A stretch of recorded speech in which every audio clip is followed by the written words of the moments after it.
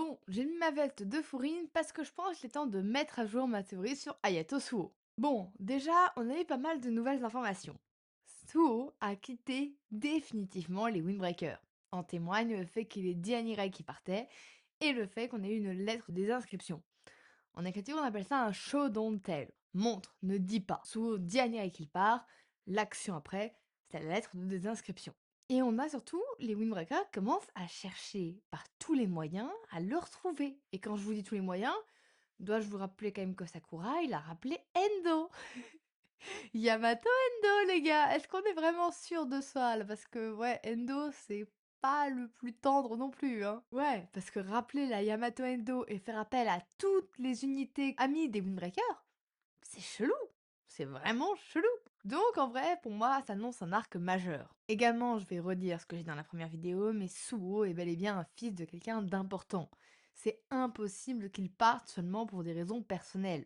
Et je pense d'ailleurs qu'il ne part pas seul, il part avec son maître. Pour ceux qui veulent ma théorie, grosso modo, l'ancien chef des Windbreakers, c'est le maître de Suo.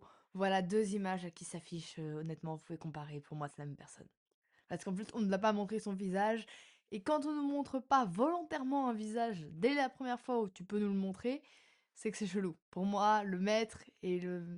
C'est la même personne. Voilà, m'embêtez pas avec ça, c'est la même personne. Ensuite, bah du coup, Suo, il est parti pour protéger les Windbreakers. Et actuellement, il y a tout le monde qui le cherche. Sakura d'ailleurs le dit, ça fait 2 semaines maintenant que Suo a disparu. 2 semaines et personne n'était capable de leur donner des informations. Même ses anciens amis du collège. Et il y a un autre truc qui vient appuyer la théorie que pour moi, Sue est quelqu'un d'important. Tsugeura explique que quand il a voulu aller le voir au collège, il s'est fait attaquer par des gens. Et je pense que ces gens, c'était des gardes du corps. Il n'y a aucune raison pour qu'un gamin de collège soit protégé par des gens comme ça. Il n'y a aucune raison non plus que des gens, au moment où Tsugeura va aller parler à Suo, lui tombent dessus et lui pètent la gueule. Donc, en vrai, ça pourrait faire un peu sens. Et donc, du coup, pour continuer ma théorie, là, très clairement, on va avoir, je pense, 8 chapitres à peu près sur l'enquête, avec, je pense, à la fin du tome 27, le début de réponse de ce qui pourrait se passer.